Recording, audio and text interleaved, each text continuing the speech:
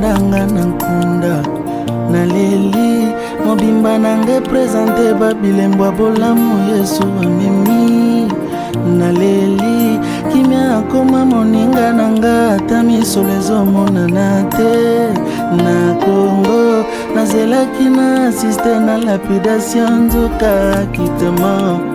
Oh surpris, Jésus me surprit, agréablement surpris, Jésus m'a surpris.